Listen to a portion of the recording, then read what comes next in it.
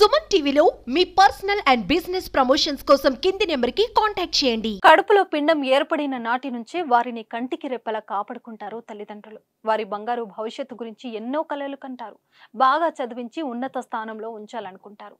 తాము కష్టపడైనా పిల్లలకు ఉన్నతమైన జీవితాన్ని అందించాలని అనుకుంటారు. అందరిలాగే ఆ తల్లిదండ్రులు కూడా కలలు కన్నారు. కూతురును బాగా చదివించి ఉన్నత స్థానంలో చూడాలనుకున్నారు. అయితే టీనేజ్కి వచ్చిన యువతులు ప్రేమ పేరుతో ఆకర్షణకు లోనై అన్నేళ్లు కంటికి రెప్పల పెంచిన తల్లిదండ్రులను కాదని వెనుక ముందు ఆలోచించకుండా తల్లిదండ్రుల గుండెల మీద తన్ని వెళ్తున్నారు. అయితే ఇటీవల తన కూతురు యువకుడి ట్రాప్లో పడి ఇంటి నుంచి వెళ్ళిందన్న ఆవేదనలో సిరిసిల్లలో ఓ తండ్రి కూతురు చావు ఫ్లెక్సీ కట్టించి వార్తల్లోకి ఎక్కాడు. అయితే ఇప్పుడు ఆ కూతురు కూడా మీడియాను ఆశ్రయించింది. తాను ఎందుకు అలా చేయాల్సి వచ్చిందో వివరించింది. అటు తండ్రి ఆవేదన, ఇటు కూతురు ఆక్రందన, ఎవరి ప్రేమ వారిది. ఈ తండ్రి కూతురు మధ్య ప్రేమ ఎలా సుఖాంతమైందో ఇప్పుడు చూద్దాం.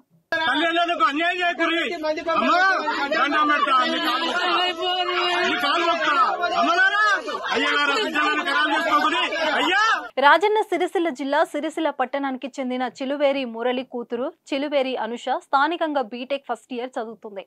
చిన్ననాటి నుంచే ఓ అబ్బాయిని ప్రేమించింది. ఇదే విషయాన్ని తల్లిదండ్రులకు చెప్పింది. 9th క్లాస్ లో స్టార్ట్ అయింది తను తిరగడం. తను నీ వెనకాల 9th క్లాస్ నుంచి స్టార్ట్. కానీ నేనేం చెప్పలేను దానికి. తను కూడా నన్ను వచ్చి డైరెక్ట్ గా ప్రపోజ్ ఎప్పుడు చేయలేదు. సో నేనే చేసిన ఇంటర్ ఎగ్జామ్స్ అప్పుడు.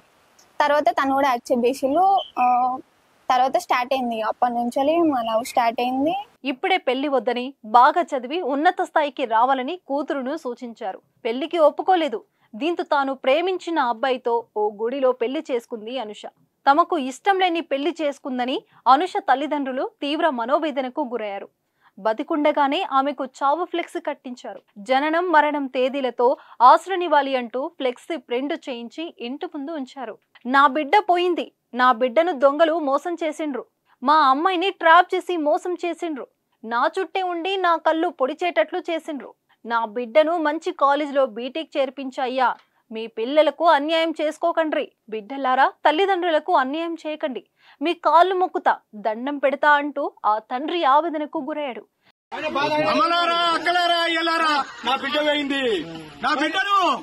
దొంగలు మోసం చేసిరు, ట్రాప్ చేసిరు, నా అమ్మాయిని ట్రాప్ చేసి మోసం చేసిరు. అమ్మలారా అక్కలారా, నా బిడ్డ ఏంది, నా బిడ్డకు నా చుట్టే ఉండి నా కళ్ళు పొలిసాటి చేసిర్రు. అమ్మలారా బిడ్డలారా, నా బిడ్డను బీటెక్ అని మంచి కాలేజీలో చదివించిన అమ్మలారా, అయ్యా ఇట్లాంటి బిడ్డలను మీ పిల్లలకు అన్యాయం చేసుకోకూరి. అయ్యలారా అమ్మలారా, బిడ్డ ఇట్లాంటి బతుకులు మీరు బతకగలి, తల్లిదండ్రులకు అన్యాయం చేయకూరి. దండం పెడతా, నీ కాలు మొక్తా. అమ్మలారా అయ్యలారా, బిడ్డలను ఖరాబ్ చేసుకోకూరి. అయ్యా దండం పెడతా. ఆ తండ్రి ఆవేదన తీరును చూసి స్థానికులు కంటతడి పెట్టుకున్నారు. ఏ తండ్రికి ఇటువంటి గుండెకోత రాకూడదని కన్నీళ్లు పెట్టుకున్నారు. అయితే ఇప్పుడు అనుష మీడియా ముందుకు వచ్చింది. తాను ఎందుకు అలా చేయాల్సి వచ్చిందో సుమన్ టీవీకి సవివరంగా వివరించింది. తనపై తండ్రికి అపితమైన ప్రేమ ఉందని, అయితే నేను ప్రేమించిన హరీష్ అనే వ్యక్తి నన్ను ట్రాప్ చేశాడని గుడ్డిగా నమ్మిన నాన్న దాని నుంచి బయటికి రాలేకపోయాడు. నన్ను హరీష్ ను మర్చిపోమని దేవుడిపై నాన్న నెత్తిన చెయ్యి పెట్టి ప్రమాణం చేయించాడు. నేను కూడా నన్ను కానీ, నేను ప్రేమించిన హరీష్ ను కానీ చంపేస్తాడేమో అనుకుని దొంగ ప్రమాణం చేశాను.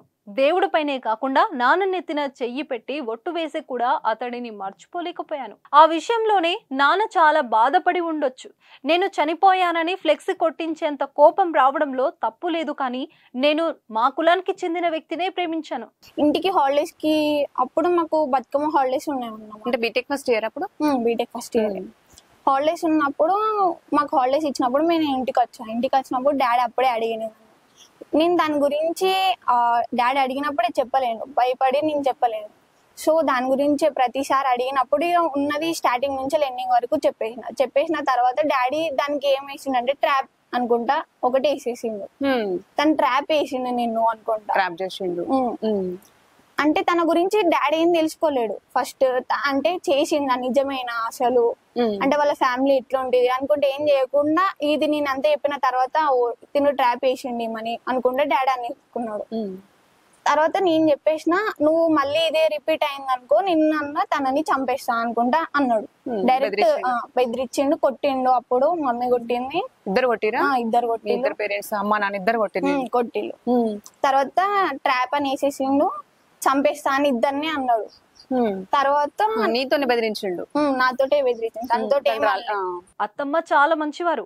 నాన్న ఇప్పుడు కాకపోయినా భవిష్యత్తులోనైనా మమ్మల్ని మనస్ఫూర్తిగా మన్నించి క్షమిస్తాడన్న నమ్మకం ఉందంటుంది.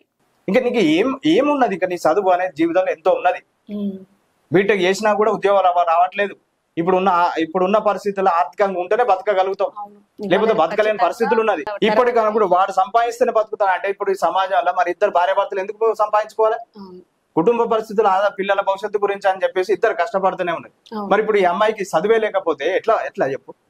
ఏది ఏమైనా అల్లారు ముద్దుగా పెంచిన కూతురు అకస్మాత్తుగా గుండెలపై తన్ని పరువు తీసిందన్న క్షోభ ఆ తండ్రిని కుంగదీస్తే, ఏది అడిగినా కాదనకుండా ఇచ్చే నాన్న ప్రాణంగా ప్రేమించిన వ్యక్తిని వద్దన్నాడు అన్న బాధ ఆమెది. చివర ఆఖరికి తండ్రిని విడిచి ప్రియుడిని పెళ్లాడిన అనుష బయటకు హ్యాపీగా ఉన్న తండ్రిని తలుచుకుంటూ మనసులో బాధపడుతుండడంలో సందేహం లేదు.